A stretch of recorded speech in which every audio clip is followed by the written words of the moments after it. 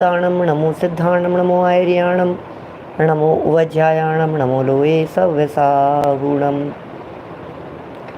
ओकारं बिन्दुसंयुक्तं नित्यं ध्यायन्ति योगिनः कामदं मोक्षदं चैव ओंकाराय नमो नमः।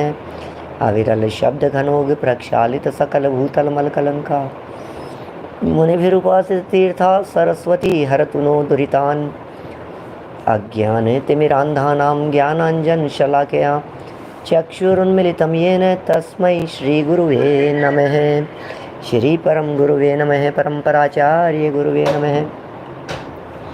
सकल कलुष विध्वंसकं श्रेयसां परिवर्धकं धर्म संबंधकं भव्य जीव मनः प्रतिबोधकारकं पुण्य प्रकाशकं पाप प्रणाशकमिदं शास्त्रं श्री संयम प्रकाश नामधेयम् अस्य मूल ग्रंथ कर्तारे श्री सर्वज्ञ देवास्तर उत्तर ग्रंथ कर्तारे श्री गणधर देवा प्रति गणधर देवा तेषां वचनानुसार मासाद्य आचार्य श्री कुंदकुंदामनाय आचार्य सूर्यसागरेण विरचितं श्रोतारे सावधानतया शृण्वन्तु सावधानतया शृण्वन्तु।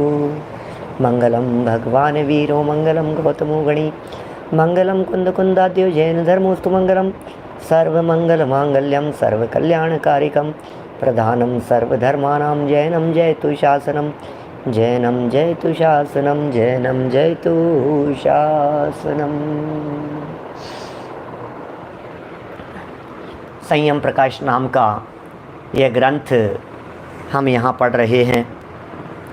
आचार्य सूर्य सागर जी द्वारा लिखी गई यह सुंदर रचना है और एक एक प्रकरण अलग अलग तरह से उठा रहे हैं और उनका प्रतिपादन भी बहुत अच्छे से खुलासे पूर्वक कर रहे हैं। सरल भाषा में है और सरल सरल शब्दावली का यहाँ प्रयोग किया गया है। अधिक विस्तार करने की अपेक्षा नहीं है क्योंकि प्रकरण ही बहुत सरल है, इसलिए हम यहाँ रीडिंग ज़्यादा कर रहे हैं पिछले कई दिनों से। और प्रकरण भी ऐसे हैं जो बस ठीक है ज्ञान का गेय बन जाए इस तरह के विषय हैं, इसलिए बस अपन इनको अपने ज्ञान का गेय बनाते हुए आगे बढ़ रहे हैं। मूर्ति पूजा का सर्वत्र ही अस्तित्व है, ये प्रकरण यहाँ पर है। पीछे जो प्रकरण चल रहा था, कल जो प्रकरण चला था, उसमें इस बात को सिद्ध कर दिया गया था कि भाई जिनेंद्र देव की प्रतिमाएं तो होनी ही चाहिए, जिनेंद्र देव की प्रतिमाओं के दर्शन तो किए ही जाने चाहिए। यदि जिनेंद्र देव की प्रतिमा के दर्शन नहीं करेंगे तो हमें भाव भाषण नहीं होता। और हमारे यहाँ जैन आमनाय में प्राचीन काल से ही जिनेंद्र देव की वीतरागी भाववाही छवि इन प्रतिमाओं के दर्शन करने की परंपरा रही है। बीच में कुछ उपद्रव ऐसे हुए म्लेच्छ लोगों के माध्यम से जिनकी वजह से जिन प्रतिमाओं को खंडित किया जाता रहा और उसी समय में दिगंबर श्वेतांबर दोनों ही परंपराओं में नए पंथ ने जन्म लिया। वो समय की मांग थी, इसलिए वो कार्य वहाँ हुआ।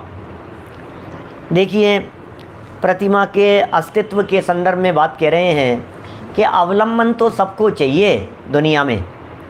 ऐसा कोई व्यक्ति नहीं है जो व्यक्ति पूजन भक्ति आराधना करना चाहे और बिना अवलंबन के ही उसे पूजन भक्ति आराधना हो जाए। ऐसा कैसे होगा?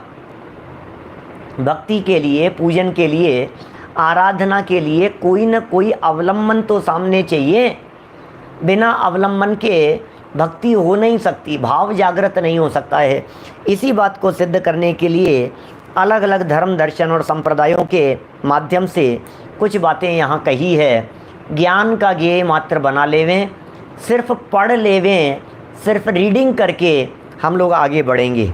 देखिए, मूर्ति पूजा का सर्वत्र अस्तित्व पेज नंबर 180 180 नंबर पेज पर है। मूर्ति पूजकों में ही नहीं, मूर्ति पूजा निषेधकों में भी मूर्ति का आदर किया जाता है।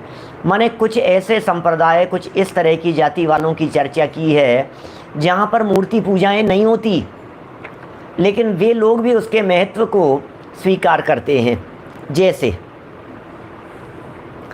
ईसाई मजहब वाले क्रॉस पर चढ़ाई हुई ईसा की तस्वीर को देखकर सिर झुकाते। क्रॉस बना हुआ होता है ना, और ईसा की तस्वीर होती है। बनाई भी होती हैं इस तरह की। यूरोप के युद्ध में मारे हुए ईसाई देशभक्तों की हर जगह मूर्तियां बनी हुई हैं और हर एक देशभक्त मनुष्य उनको पूज्य दृष्टि से देखता है तथा उनका सम्मान करता है। पूरे यूरोप में ऐसा ही है। आप लोगों में से कुछ साधर्मी यदि यूरोप में गए होंगे, कहीं देखने घूमने, किसी के कोई परिचित रहते होंगे, कोई जाकर के आए होंगे, तो उन्होंने देखा होगा। हमने यूरोप के कई देशों में जहाँ जहाँ हम घूमे, हमने सब जगह पर उन देशों में ये सब देखा है हमने कि वहाँ भी उनके जो प्रमुख होते हैं, राजनेता होते हैं, उन सब की वे प्रतिमाएं चौराहों पर बनी रहती है जगह जगह पर। देखो, तो इस तरह से उन्हें भी सम्मान की दृष्टि से देखा जाता है। सेकंड नंबर, मुसलमान लोग मूर्ति पूजक नहीं है, उनके यहाँ मूर्ति नहीं है, कुछ भी निराकार कहते हैं वो, लेकिन कब्रों पर चादर, फूल माला व मिठाई चढ़ाते हैं और लोहान खेते हैं, पहली चीज़। दूसरी चीज़, ताजियों की जियारत करते हैं। ताजिए निकलते हैं, उनके नीचे से निकलते हैं, कितने सुंदर सुंदर बनाते हैं, फिर उन्हें नष्ट करते हैं।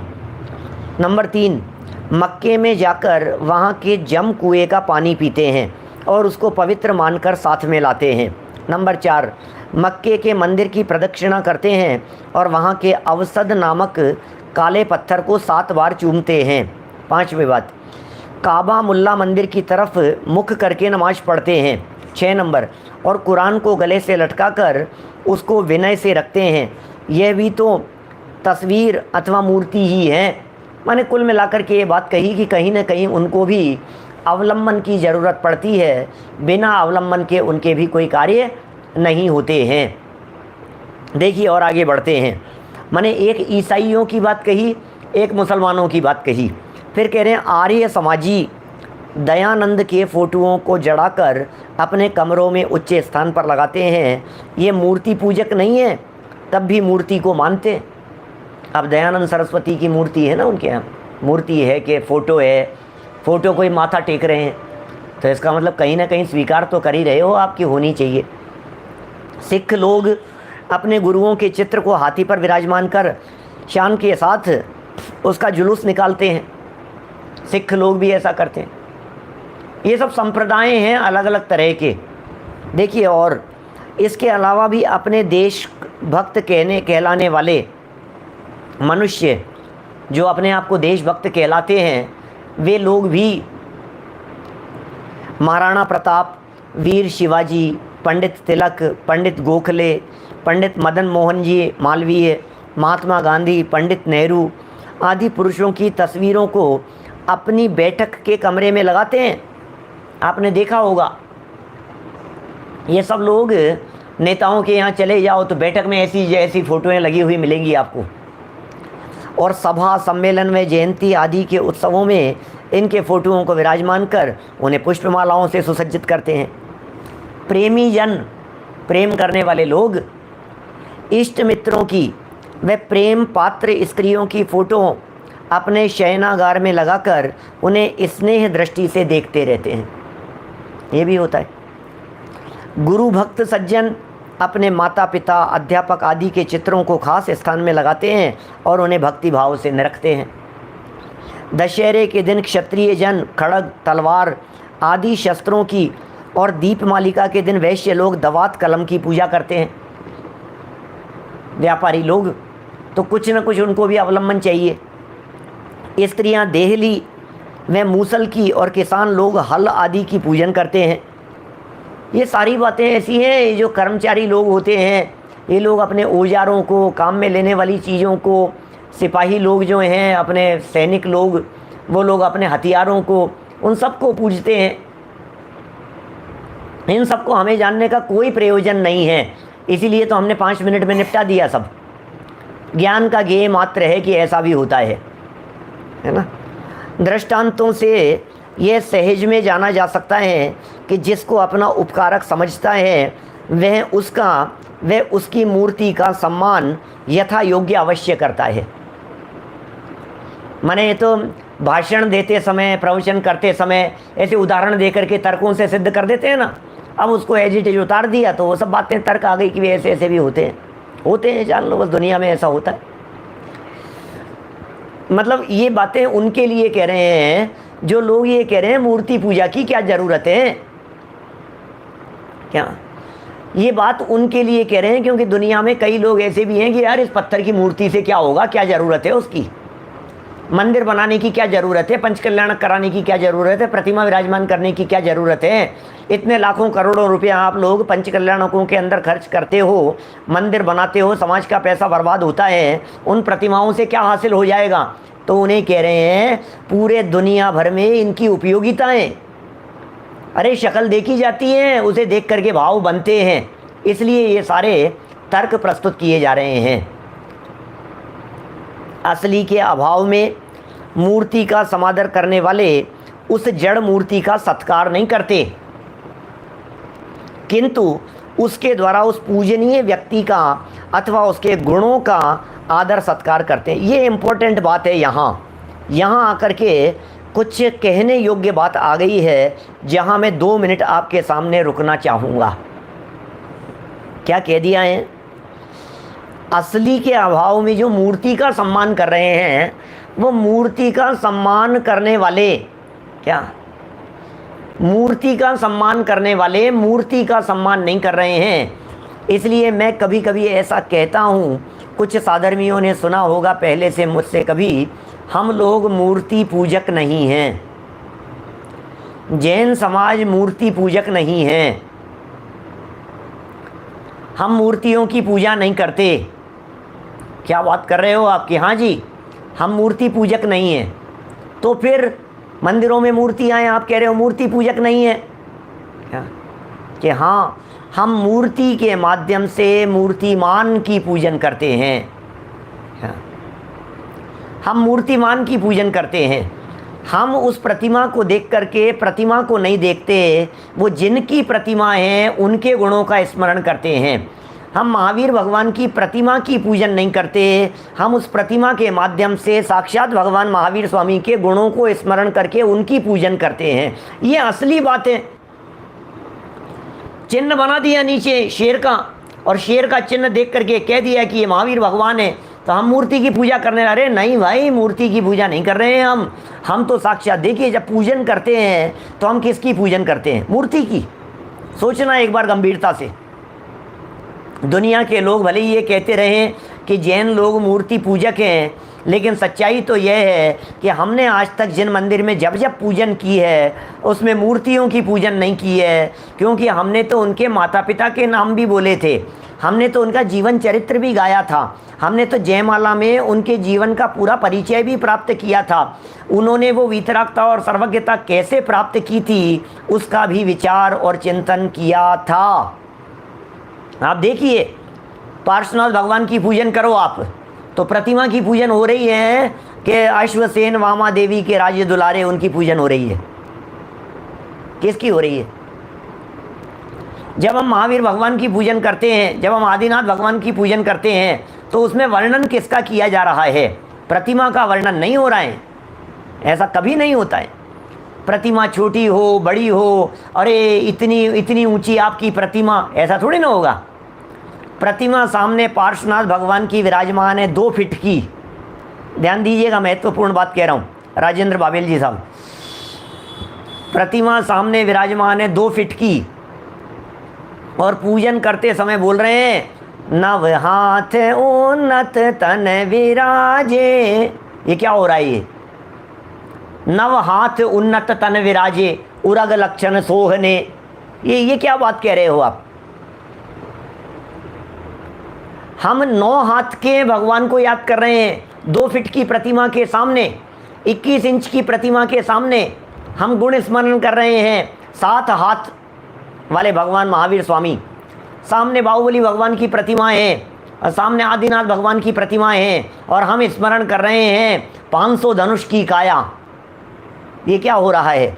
इससे सिद्ध होता है कि हम मूर्तियों की पूजन नहीं कर रहे, हम मूर्तियों के माध्यम से मूर्तिमान की पूजन कर रहे हैं, वीतरागता की पूजन कर रहे हैं, उनकी सर्वज्ञता को याद कर रहे हैं। ठीक है ना। इस मूर्ति को तो पूजा ही नहीं, अरे भाई मूर्ति की पूजा करते ही नहीं है हम। वंदे तद्गुण लब्धये, गुणों की दृष्टि से वंदन किया जाता है। देखिए हो गई बात, यहाँ आगे बढ़ते हैं। यही नहीं किंतु यदि कोई दुष्ट व्यक्ति किसी जन समूह की मानी हुई मूर्ति आदि का निरादर करता है तो उस पर मुकदमा दायर हो जाता है तथा वे कानून से दंड पाता है। ऐसा मतलब उस मूर्ति को बहुत सम्मान और बहुमान की दृष्टि से हमारे इस देश में देखा जाता है। चलिए, जड़ अचेतन मूर्तियों के तथा आकारों से लाभ क्या है ये बतलाओ। क्या कह रहे हैं? ये जो जड़ मूर्तियां थी, अचेतन मूर्तियां थी, आखिर इन मूर्तियों से लाभ क्या है? सुनो जरा लाभ क्या है। उदाहरण देकर के समझा रहे हैं। किसी बालक के सामने हाथी का शिकार करते हुए नाहर का चिन्ह, शेर की रंगीन तस्वीर रखकर उसे नार के अंग प्रत्यंगों से असली नार का बोध कराया जा सकता है। ये ज़रूरत है, बच्चे को समझाना है हमारे को। शेर कैसा होता है तो शेर के कलर्ड चित्र को दिखाकर उसे शेर का ज्ञान कराया जा सकता है। क्या पहचान हो सकती है उसकी।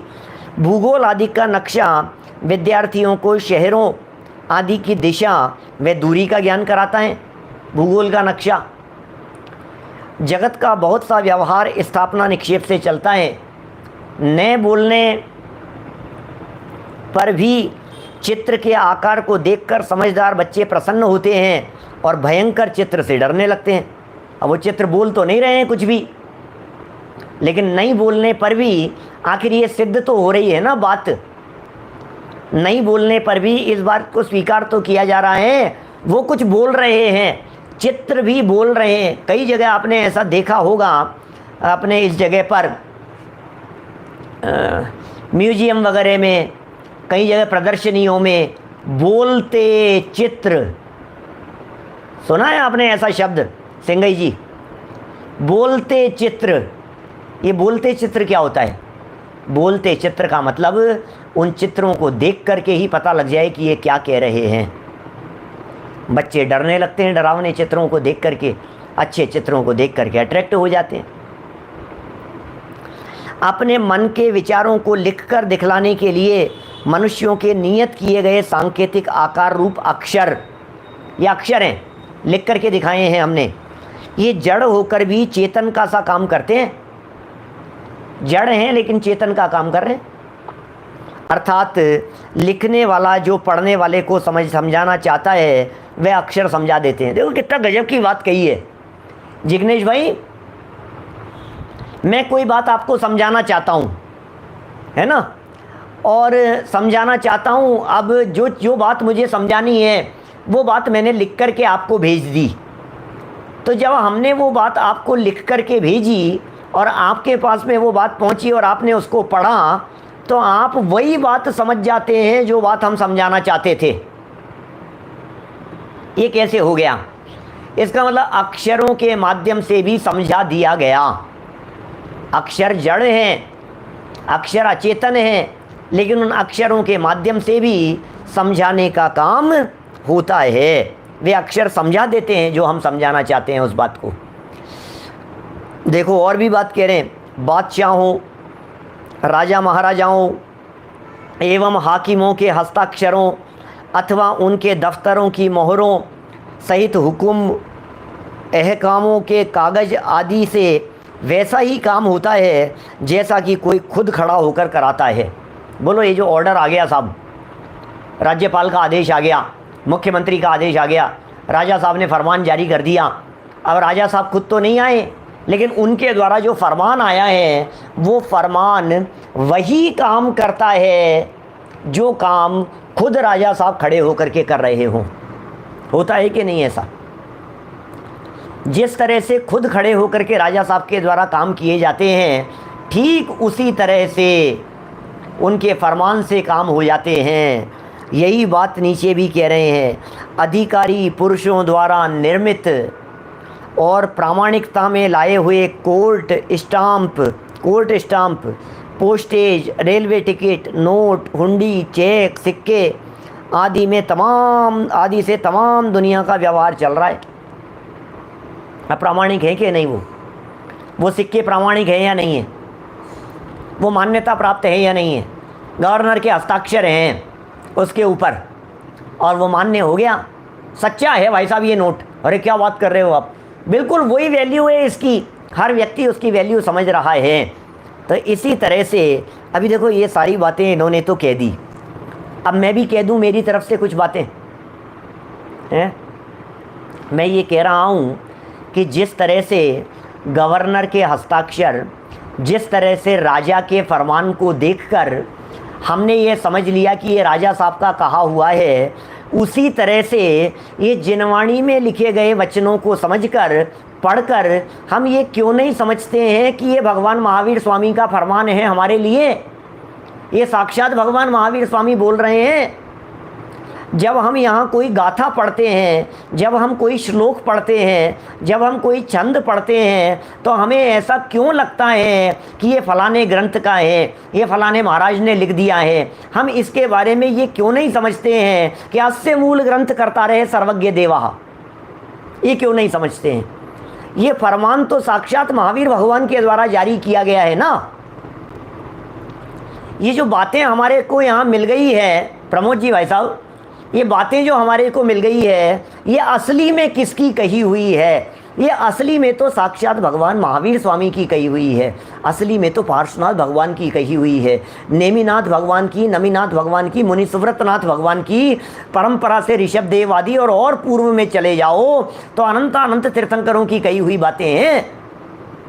आप इन्हें संजीव गोदा की मान करके सुनते हो तो गड़बड़ हो जाती है, आप इन्हें सूर्य सागर जी की मान करके पढ़ते हो तो गड़बड़ हो जाती है, आप इन्हें उमा स्वामी की, वीर सेनाचार्य की, इनकी मान करके पढ़ते हो, मान तुंगाचार्य की मान के पढ़ते हो तो गड़बड़ हो जाती है। अस्य मूल ग्रंथ करता रहे कौन? क्या? सर्वज्ञ देवा। तो असली कौन है? सर्वज्ञ भगवान है ना भाई साहब। तमाम दुनिया में जब व्यवहार उस फरमान को उस व्यक्ति के द्वारा कहा गया माना जाता है तो ये तो वीतरागियों का फरमान है, ये तो सर्वज्ञ परमात्मा का फरमान है जो हमारे पास में आया है। इसके माध्यम से हमें साक्षात भगवान का उपदेश देखना चाहिए। क्या? हमें भगवान महावीर स्वामी का उपदेश देखना चाहिए, हमें भगवान महावीर स्वामी दिखने चाहिए। यहाँ मैंने इस तरह की बात वो उसमें भी कही थी। आज कितने नंबर का प्रवचन था?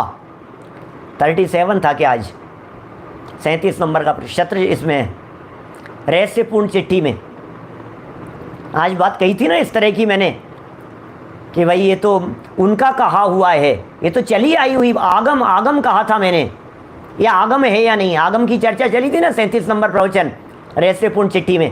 आगम है साहब, आगम। आगम माने क्या है? ये आगम है, सच में ये आगम है, समय सारा आगम है कि हाँ साहब आगम है। तो आगम का मतलब जानते हो? आगम मतलब भगवान महावीर स्वामी की कही हुई बात है, तब तो आप उसे आगम मान रहे हो, नहीं तो आप तो पढ़ रहे हो हाँ ठीक है गाथा है, नहीं ठीक है शास्त्र में लिखिए, शास्त्र में लिखिए। अरे ऐसा नहीं चलता है भाई साहब, आगम है ये। इसके मूल ग्रंथ के कर्ता सर्वज्ञ भगवान हैं, इसके मूल ग्रंथ कर्ता तीर्थंकर परमात्मा हैं। इसे हल्के स्तर पर नहीं लिया जाना चाहिए। देखिए, जिन मूर्ति पर द्वेष का विषय सरल विषय है, इसलिए आगे बढ़ता हूँ। देखिए, अपने शिक्षाप्रद आदर्श रूप से संसारी जीवों का उपकार करने वाली जिन प्रतिमा से द्वेष रखकर स्वार्थी लोगों ने जो हस्तिना ताड्यमानोपि बाध्यमानोपि भूभुजा न पठेत धावनी भाषम न गच्छेत जैन मंदिरम। ओहो, क्या कह रहे हैं ये? अर्थात हस्ती से ताड़ित होने पर तथा राजा के द्वारा बाधित किए जाने पर जैन मंदिर को न जावे तथा म्लेच्छ भाषा को न पढ़ें। लोग ऐसा लिखे, दुनिया है कहाँ कहाँ कैसी कैसी बातें मिलती हैं। ये कह रहे हैं राजा के ताड़ित होने पर राजा ताड़ित करेगा, बाधित करेगा, जैन मंदिर में मत जाओ, म्लेच्छ भाषाएं हैं उनको मत पढ़ो। ऐसा गढ़कर जनता को बहकाने का प्रयत्न किया है, उस पर किसी आचार्य ने कहा है। दुनिया है भाई साहब, राजा मारेगा। अब ये सब उस ज़माने की बातें लिखी गई है जिस ज़माने में कुछ इस तरह का चलता था, सांप्रदायिक विद्वेष वगैरह की भी वातावरण का समय था, तब इस तरह की बातें होती होंगी। देखिए आगे पढ़ते हैं आचार्य देव क्या कहते हैं। प्रशांत दृष्टिं स्थिर सन्निवेशाम विकारहीना मति सुप्रसन्नाम ननाथ मुदामपि तीर्थकास्ते नुकुर्वते कान्य गुण प्रवृत्तिम। हे नाथ,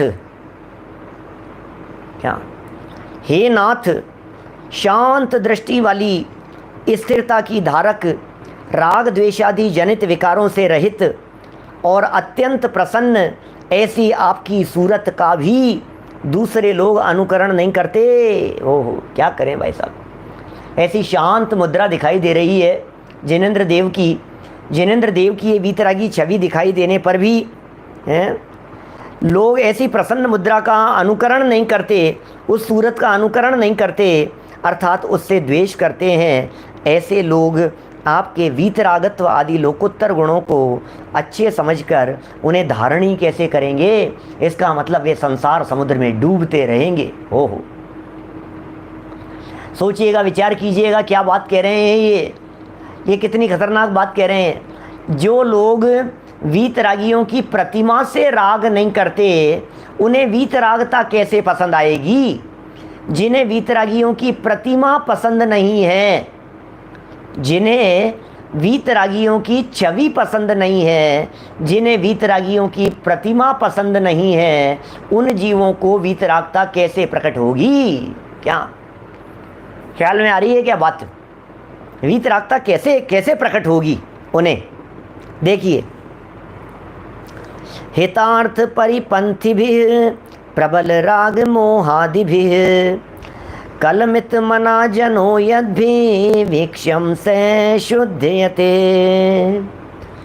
पुनः तु भगवन् जिनेन्द्र तव रूप मंदीकृतं जगत सकल मन्य तीर्थ गुरु रूप दोषोदयैः। हे जिनेन्द्र, आत्म कल्याण को न होने देने वाले, क्या आत्म कल्याण को न होने देने वाले ऐसे तीव्र राग द्वेष मोह आदि दोषों से मलिन मनुष्य भी, ध्यान देना, थोड़ी सी कुछ बात कह रहे हैं। ये कह रहे हैं दुनिया में सब तरह के लोग हैं, सब तरह के लोग हैं दुनिया में। जो लोग तीव्र रागी द्वेषी मोही हैं, ऐसे लोग भी जब आपके शांत रूप को देखकर अपने मन को शुद्ध कर लेते हैं, नहीं होता है ऐसा। भाई हम ये कह रहे हैं, हम ये पूछ रहे हैं आपसे कि जो लोग राग द्वेष मोह में उलझे हैं, जो लोग राग द्वेष मोह में फंसे हुए हैं, आत्म कल्याण को नहीं होने देने वाले राग द्वेष मोह थे, वे लोग भी, हे मुनिराज, हे तीर्थंकर परमात्मा, आपके शरीर को देख करके शांत हो जाते हैं, आपकी प्रतिमा को देख करके सहज हो जाते हैं, निर्विकारी हो जाते हैं। तो ये कह रहे हैं वही आपके शरीर का सौम्य नग्न आकार कुगुरुओं के उपदेश से अंधे हुए इस समस्त जगत के मनुष्यों को पवित्र करे, ये भावना कह रहे हैं। ओहो, ये कह रहे हैं भाई साहब, हम तो भावना बातें हैं, कुगुरुओं का उपदेश, और कुगुरुओं के उपदेश से सारा जगत पड़ा हुआ है अंधा, पूरी दुनिया अंधी हो रही है कुगुरुओं के उपदेश को सुनकर।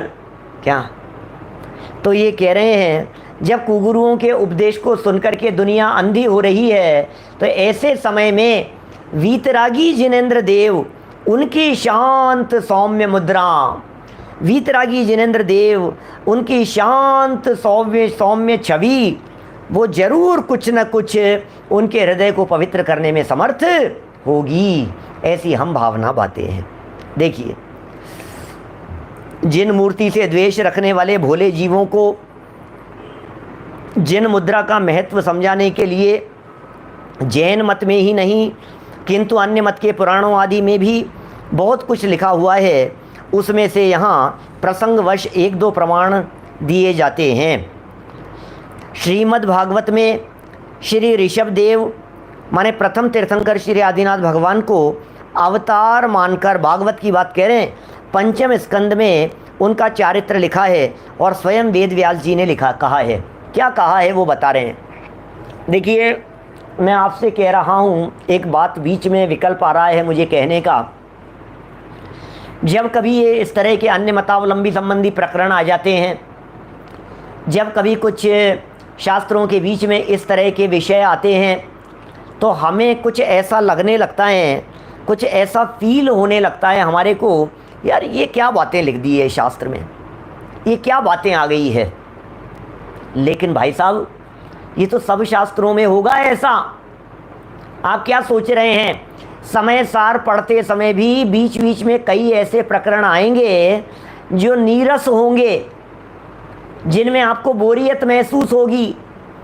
कार्तिकेय अनुप्रेक्षा पढ़ते समय भी कई प्रकरण ऐसे आएंगे जिनमें आपको ये लगेगा, अरे यार ये क्या बातें लिख रहे हैं यार, ये गणित गणित गणित की चर्चाएं, क्या ये हैं जगत श्रेणी जगत प्रतर, क्या बतलाने लग गए हैं ये जगत घन, इसका ये अद्धा पल्ले और उसका ये और इसका ये कर दिया और उसका ये करो और उसको घन करो और उसका ये करो, उसके त्रिवर्ग करो। ऐसे ऐसे प्रकरण आएंगे, बहुत सारे आते ही हैं, क्योंकि विभिन्न रुचियों ही लोक है।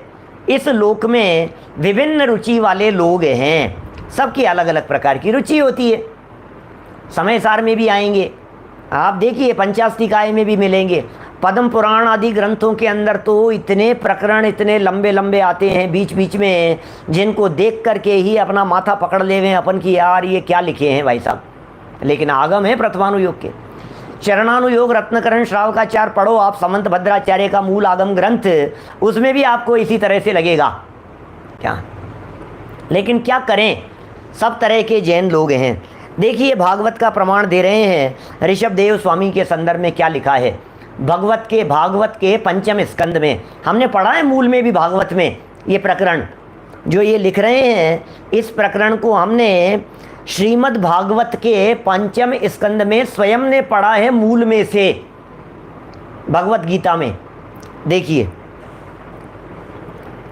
नित्यानुभूति निज लाभ निवृत्त तृष्णा श्रेयस्य तद्रचनया चिरसुप्त बुद्धे लोकस्य यह करुणया भयमात्मलोक माख्यन्नमो भगवते ऋषभाय तस्मै। क्या देखिए, मोक्ष मार्ग प्रकाशक का 5वां अधिकार भी था ना, अपन ने छोड़ दिया था। अब उस मोक्ष मार्ग प्रकाशक के 5वें अधिकार को पढ़ो तो आपको ऐसे लगेगा, अरे यार ये मोक्ष मार्ग प्रकाशक तो पढ़ने लायक नहीं है। ऐसा ऐसा कहेंगे सच में प्रमोद जी भाई साहब। मोक्ष मार्ग प्रकाशक ग्रंथ जो इतना उत्कृष्ट ग्रंथ है, क्रम से प्राप्त यदि 5वें अध्याय को पढ़ने बैठ जाओ तो अपना सर पकड़ करके पढ़ना ही छोड़ दो, और जो उस 5वें अध्याय के प्रकरण को अनुपादेय जानकर उसे पढ़ना छोड़ देगा, वो व्यक्ति 7वें अध्याय और 8वें 9वें अध्याय के महत्वपूर्ण प्रकरणों से वंचित ही रह जाएगा। अब उसका क्या करें, उसे लगेगा कि ये तो बेकार है। लेकिन जैन धर्म की महिमा कहाँ कहाँ गाई गई है ये बतलाया है। ठीक है, अपने लिए आध्यात्मिक प्रकरण साक्षात प्रयोजनभूत नहीं दिखता है, इसीलिए तो 3 पेज तो पढ़ दिए अभी अपन ने, अभी में 1 पेज और पढ़ देंगे, 1-2 पेज पढ़ देंगे तो 4-5 पेज पढ़ दिए अपन ने, बाँच दिए, उसमें क्या है। देखिए, जो निज आत्म स्वरूप की प्राप्ति से, देखो क्या लिख रहे हैं, शब्दावली तो देखिए, जो निज आत्म स्वरूप की प्राप्ति से तृष्णा रहित हो गए हैं। ऋषभ देव भगवान के लिए कह रहे हैं, भागवत का प्रयोग है। श्रीमद् भागवत में क्या कह रहे हैं ऋषभ देव स्वामी के लिए, जो निज आत्म स्वरूप की प्राप्ति से तृष्णा रहित हो गए हैं, जिन्होंने आत्म कल्याण के करने के लिए उल्टे मार्ग से चलने वाले, चिरकाल से बुद्धि रहित ऐसे मनुष्यों को करुणा भाव से अपने निज लोक का उपदेश दिया है, उन श्री ऋषभनाथ भगवान को मेरा नमस्कार हो। ऐसे ऋषभ देव भगवान को हम साक्षात वंदन करते हैं। योग वशिष्ठ के मुमुक्षु प्रकरण में कहाँ है, ना हम रामो न मे वांछा विषयेषु न मे मनः शांति मास्ता तुम इच्छामि स्वात्मन्येव जिनो यथा। मैं पहले वाला राम अब नहीं हूँ, न मेरे कुछ वांछा है, न मेरा मन विषयों में जा रहा है। अब तो मैं जिन देव के समान निज आत्मा में ही मग्न होकर शांति की प्राप्ति करना चाहता हूँ। ये कहाँ लिखा है? योग वशिष्ठ में लिख रहे हैं। योग वशिष्ठ की चर्चाएं वैराग्य प्रकरण में, उसके मुमुक्षु प्रकरण के अंदर इस तरह की बात कही है योग वशिष्ठ में। अब मैं वो पहले जैसा राम नहीं हूँ। क्या कह रहे हैं रामचंद्र जी? मेरी इच्छा नहीं है, विषयों की तरफ मन नहीं है, जिन देव के समान निज आत्मा में ही मैं मग्न हो रहा हूँ। अरे शांति की प्राप्ति यदि करना चाहते हैं तो जिन देव के समान निज देव में ही मग्न होना पड़ेगा। निज देव में ही मग्न होना पड़ेगा। जो निज देव में मग्न होते हैं वे ही शांति की प्राप्ति करते हैं। और देखिए, विचारना चाहिए कि श्री रामचंद्र जी और वेद व्यास जी भी जिन तीर्थंकरों को पूज्य समझते हैं उनकी प्रतिमा दर्शन के योग्य न समझी जावे, यह कैसे हो सकता है? कदापि नहीं हो सकता। जो मूर्ख नग्न प्रतिमा को देखकर अमंगल समझते हैं उनको भी निम्नांकित श्लोकों पर विचार करना परम आवश्यक है। इसका मतलब दुनिया में कुछ ऐसे भी लोग हैं जो जिन प्रतिमाओं को देखकर, नग्न प्रतिमाओं को देख करके समझते हैं अरे यार ये क्या देख लिया हमने। क्या ऐसे भी लोग हैं दुनिया में जो ये कहते हैं कि हमने इन जिन प्रतिमाओं को देख लिया हमारा तो अमंगल हो जाएगा। इस तरह के भी तो लोग हैं दुनिया में। तो उनको यहाँ समझा रहे हैं, उनके लिए कह रहे हैं। जिस समय महाभारत का युद्ध करने के लिए अर्जुन जाने लगे, युद्ध करने के लिए जाने लगे, उस समय कहीं से निर्ग्रंथ मुनि उधर आ निकले। उनको देखते ही श्री कृष्ण ने अर्जुन से कहा, महाभारत युद्ध का प्रकरण कह रहे हैं, गीता का श्लोक होना चाहिए। श्री कृष्ण जी अर्जुन से कह रहे हैं, क्या बात कह रहे हैं श्री कृष्ण जी? अर्जुन से कुछ कह रहे हैं, ज़रा देखिए क्या बात उनके माध्यम से कही जा रही है। आरोह स्पंदनम पार्थ गांडीवम च करे कुरु निर्जिताम मेदनिम मन्ये निर्ग्रंथा यदि सन्मुखा। हे अर्जुन, खड़ा होकर रथ में बैठ और गांडीव व धनुष को अपने हाथ में धारण कर, क्योंकि इस समय निर्ग्रंथ मुनि सामने आ गए हैं। यह ऐसा शुभ शकुन है कि मैं पृथ्वी को जीती हुई मानता हूँ। अर्थात इस समय प्रस्थान करने से तुझको अपना राज्य प्राप्त हो जाएगा। वाओ! माने श्री कृष्ण क्या कह रहे हैं बोलिए आप अर्जुन को? आप जरा देखिए तो सही। हमें इन बातों को पढ़ करके आप लोगों को कैसा भी लग रहा हो मुझे पता नहीं, लेकिन अनेक बार बीच बीच में इस तरह के वाक्य आ जाते हैं जिन्हें देख करके अत्यंत गौरव की अनुभूति होती है। श्री कृष्ण स्वामी अर्जुन को कह रहे हैं, अरे जिन मुनिराज दिख गए हैं, अरे जिन प्रतिमा दिख गई है, अरे नग्न दिगंबर वीतरागी संत दिख गए हैं। क्या बताएं भाई साहब, सुनो तो सही। ये वीतरागी दिगंबर मुनिराजों के दर्शन हो गए, जिन बिंबों के, जिन प्रतिमाओं के दर्शन हो गए, मार्ग में जिन मंदिर आ गया, आपका काम सफल हो गया। ये ऐसे शुभ लक्षण कह करके पुकार रहे हैं, उन्हें शुभ चिन्ह कह करके पुकार रहे हैं। कैसी महिमा है। और देखिए वराह मिहिर में कहते हैं निमित्ताध्याय में, पद्मिनी राज हंसाश्य निर्ग्रंथाश्य तपोधना यम देशमुपसर्पन्ति सुभिक्षम तत्र निर्दिशेत। पद्मिनी स्त्री, राजहंस और निर्ग्रंथ दिगंबर मुनि जिस देश की तरफ गमन करते हैं उस देश में सुभिक्ष होता है। बोलो क्या कह रहे हैं? उस देश में सुभिक्ष होता है।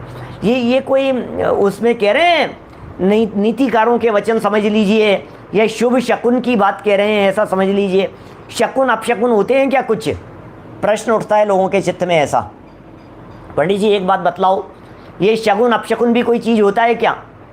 अरे साहब ये तो अपशकुन हो गया, अरे साहब ये तो शकुन हो गया। अरे शकुन अपशकुन तो वास्तव में कुछ नहीं होता है। कुछ दम नहीं है इन बातों में, लेकिन ये सब निमित्त ज्ञान अवश्य है। इनका वर्णन हमारे शास्त्रों में खूब किया है। हमारे टोडरमल जी साहब ने मोक्ष मार्ग प्रकाशक के अंदर भी इस तरह का प्रकरण लिखा है, जिसमें उन्होंने ऐसी बात कही है। शुभ चिन्ह मंगल गान, जैसे बाल तीर्थंकर का जन्म होने के पहले शुभ लक्षण स्वरूप 16 स्वप्न माता को आते हैं, उनके शरीर में शुभ चिन्ह होते हैं। ये सब इस बात का प्रतीक है कि ये 3 लोक के नाथ बनने वाले हैं। क्या देखो क्या कह रहे हैं। अब कहिए, यहाँ श्री कृष्ण अवतार और ज्योतिषाचार्य भी नग्न मुनियों के दर्शन और विहार को कल्याण करने वाले मान रहे हैं, वहाँ इन प्रमाणों के सामने हस्तिना ताड्यमानोपि न गच्छेत जैन मंदिरम, इस श्लोक का क्या मूल्य है? ये जो श्लोक है ना, हस्तिना ताड्यमानोपि न गच्छेत जैन मंदिरम, ये कहते हैं कि जैन मंदिर में मत जाओ, जैन मंदिर में मत चले जाना। शायद वर्णी जी के ही जीवन का प्रसंग है, अरे जैन मंदिर मत चले जाना। क्या आप देखिए उनका प्रसंग सुकुमाल मुनिराज का। सुकुमाल मुनिराज बनने के पहले उनकी माँ को किसी ने कह दिया था ये प्रसंग कि इसको जैन मंदिर से, जैन मुनिराजों से, संतों से दूर रखना और जीवन भर दर्शन नहीं करने दिए। अब शकुन हो जाएगा, अब शकुन हो जाएगा, बच्चा छोड़ करके चला जाएगा। इनके कान में नहीं पड़नी चाहिए, धर्म की बात नहीं पढ़नी चाहिए, जैन धर्म की बात नहीं पढ़नी चाहिए, वीतरागता की बात इनके कानों में नहीं पढ़नी चाहिए। बोलो कितने कितने उन्होंने कोशिश की, उनकी माता दूर रखती थी, अरे सूर्य की रोशनी नहीं देखने दी, लेकिन होनहार को कौन टाल पाया फिर भी। सही बात है, कौन टाले भाई साहब होनहार को, होनहार जिनकी भली होती है। ये कह रहे हैं जैन मंदिर मत जाओ, जगत में ऐसी सूक्ति चलती है ये। क्या हस्तिना ताड्यमानोपि न गच्छेत जैन मंदिरम, न गच्छेत जैन मंदिरम, जैन मंदिर के अंदर मत जाओ, आदेशात्मक प्रयोग है। देखिए और देखिए, विकारे विदुषाम द्वेषो विकारम नानुकुर्वत तन्नग्रत्वे निसर्गोत्थे को नामे द्वेष कल्मष है। और सुनिए क्या कह रहे हैं। अर्थ, ज्ञानी जन जो विकारी मनुष्य होता है उसी से द्वेष रखते हैं। ज्ञानी जन, निर्विकार पुरुष के साथ विद्वानों को द्वेष नहीं होता। अतः काम विकार को पूर्ण रूप से जीत चुकने पर जो महात्मा स्वाभाविक नग्नपने को धारण करता हो, उसके प्रति किसी को क्यों द्वेष करना चाहिए? बोलो, मुनिराजों के प्रति द्वेष की बुद्धि नहीं होनी चाहिए, वीतरागियों के प्रति द्वेष का भाव नहीं होना चाहिए।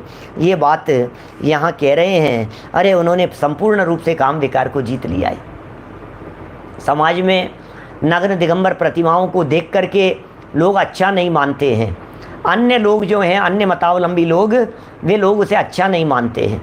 अरे नग्नत्व के ऊपर भी प्रतिबंध लगाने की बात आ गई बीच में। तो ये देश में कैसी परिस्थितियां बन गई थी बीच में कि नग्न मुनिराज घूमते हैं, ये नहीं घूमेंगे, ये नहीं जाएंगे, इस एरिया में नहीं जाएंगे, मुनिराजों के ऊपर पत्थर मारने लगे म्लेच्छ लोग।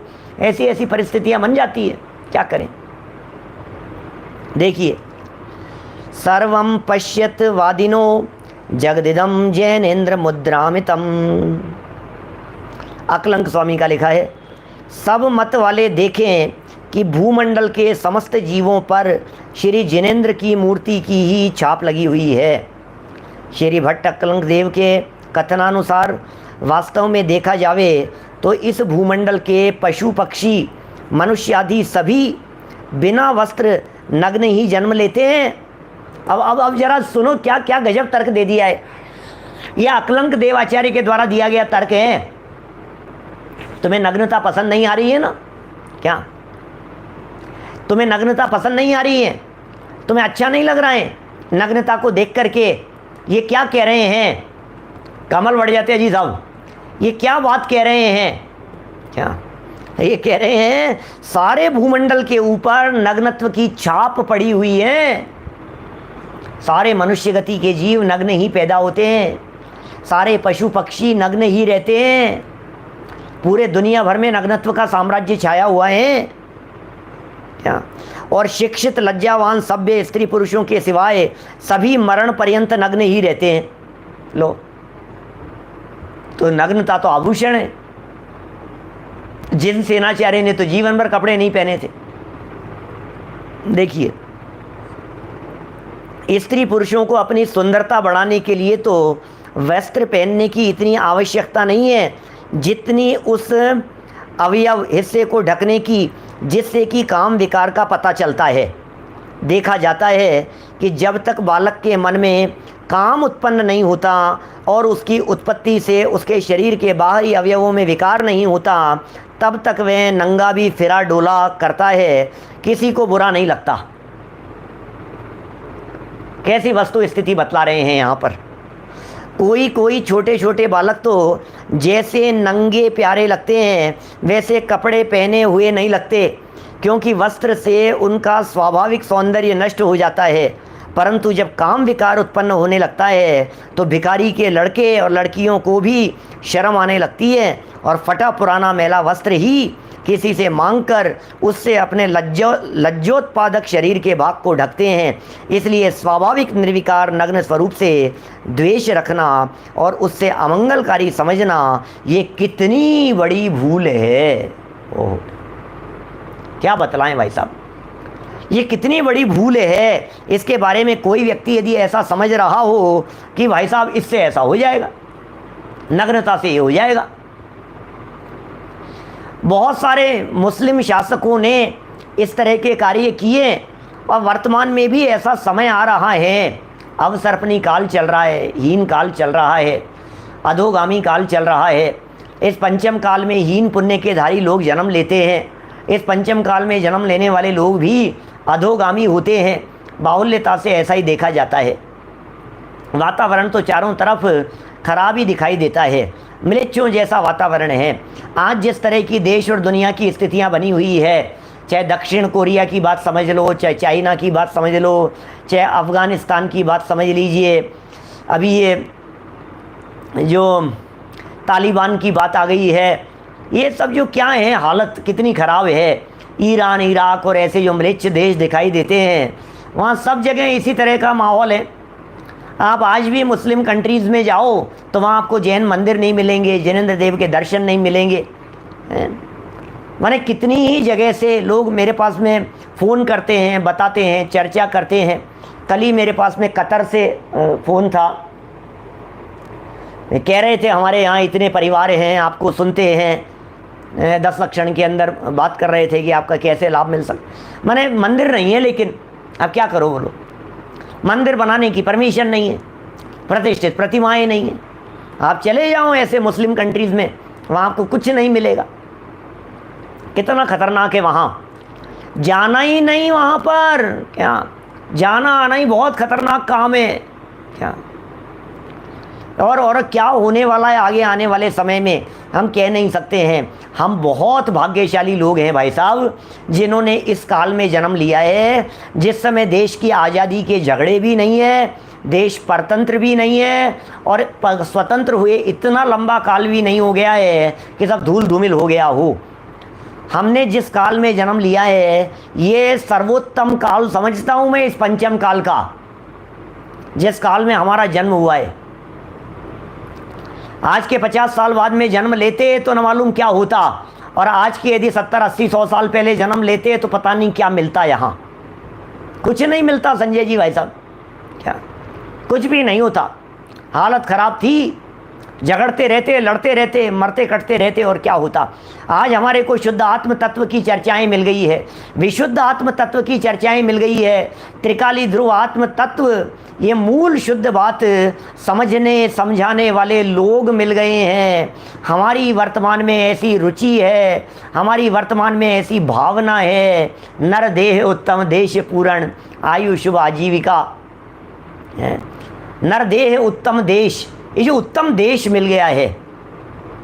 आज भी क्या हालत हो रही है बोलो। आज वहाँ जहाँ अफ़गानिस्तान में लोग हैं, अरे तालिबानी आ गए, ये आ गए, ये आ गए, डर रहे हैं, भाग रहे हैं। आज हम शांति से बैठ करके कम से कम आराधना तो कर पा रहे हैं। हम शांति से बैठ करके वस्तु स्वरूप का विचार तो कर पा रहे हैं भाई साहब। आज हमारे पास में एक गुरुदेव श्री की वाणी तो मिल गई है, आज हमारे पास में एक कुंदाचार्य देव की गाथाएं तो सुरक्षित अवेलेबल हैं। आज के 100 साल पहले मोक्ष मार्ग प्रकाशक मिलना दुर्लभ था, आज के 100 साल पहले ग्रंथों की उपलब्धता दुर्लभ थी, क्योंकि 100 साल पहले ग्रंथ नहीं मिल रहे थे, लिपिबद्ध नहीं थे, प्रकाशन नहीं था, छपाई नहीं थी। और आज टेक्नोलॉजी इतनी बढ़ गई है, हमारे मोबाइल के अंदर मौजूद हैं चाहो जो ग्रंथ, हमारे लैपटॉप में मौजूद है, हमारे आईपैड में मौजूद है। हम कितने भाग्यशाली हैं, बटन दबाओ और तुरंत हमारे को मिल जाते हैं, हम कितने भाग्यशाली हैं। लाइव सुनने का अवसर मिल रहा है, हम लोग कितने भाग्यशाली हैं। कहीं भी बैठ करके किसी को भी सुनने का अवसर हमारे को मिल रहा है आज, नहीं है क्या ये हमारा भाग्य। और कल्पना कीजिए जरा 100 साल बाद में क्या होगा। आपको लगता है ये रेडिएशन और ये टेक्नोलॉजी मार देगी, सबको ख़त्म कर देगी भाई साहब, एक झटके से कुछ भी नहीं मिलेगा। तो बड़े भाग्य से जिन मंदिर मिल गए, बड़े भाग्य से जिन प्रतिमाएं मिल गई, बड़े भाग्य से जिन मंदिर और जिन प्रतिमाओं में दर्शन अधिक करने का हमारा भाव बन गया है, इसलिए जैसा भी बन पड़े हमें जिनेंद्र देव के जिन मंदिरों में जाकर, जिन प्रतिमाओं के सामने खड़े होकर भाव विभोर होकर के दर्शन करने ही चाहिए। जिन प्रतिमाओं का क्या महत्व है, जिन प्रतिमाओं का क्या प्रभाव पड़ता है, उन प्रतिमाओं के दर्शन का क्या प्रभाव है इत्यादि कुछ एक विशिष्ट प्रकरण यहाँ दिया है। सुंदर मार्मिक प्रकरण है, जैसे कल हम यथा समय आगे चलाएंगे। अभी की बात को हम यहीं विराम देते हैं। आज रक्षाबंधन का प्रसंग है। सुबह थोड़ी बहुत चर्चा आपके बीच में की थी, और कुछ इसलिए भी नहीं की थी कि आज रात को मैंने अभी से ठीक लगभग 1 घंटे बाद पारस टीवी पर रक्षाबंधन का विशेष प्रवचन आप लोगों के लिए उपलब्ध होगा। आप अवश्य उसका लाभ लेवें। बहुत सारे लोग अपने पारिवारिक विकल्पों में, झंझटों में भी उलझे हुए होंगे, इसलिए भी कुछ इस तरह का है। 1-2 जगह अपने कार्यक्रम भी चल रहे हैं, अपने ही मुमुक्षु समाज के कार्यक्रम भी, गोष्ठी वगैरह के भी कुछ विशेष कार्यक्रम चल रहे हैं, इसलिए भी कुछ ऐसा अपने को माहौल देखने को मिला, थोड़ा सा ठंडक देखने को मिली। कोई बात नहीं, जैसा भी है अपन 10 बजे मिलते हैं रक्षाबंधन पर्व के ऊपर प्रवचन के लिए। सोनागिर जी का जो कार्यक्रम है सब आपके ध्यान में ही है। 27, 28, 29 3 दिन का विशेष कार्यक्रम, समय सार ग्रंथ की शुरुआत 28 तारीख से वहाँ से शुभारंभ हम करने वाले हैं। अभी जनवाणी जावाणी के ज्ञान ते सूझे लोकालोक, सोवाणी मस्तक नमो सदा देत हूँ ढोक, सदा देत हूँ ढोक। 9 बार नमोकार मंत्र। नमो नमो लोई।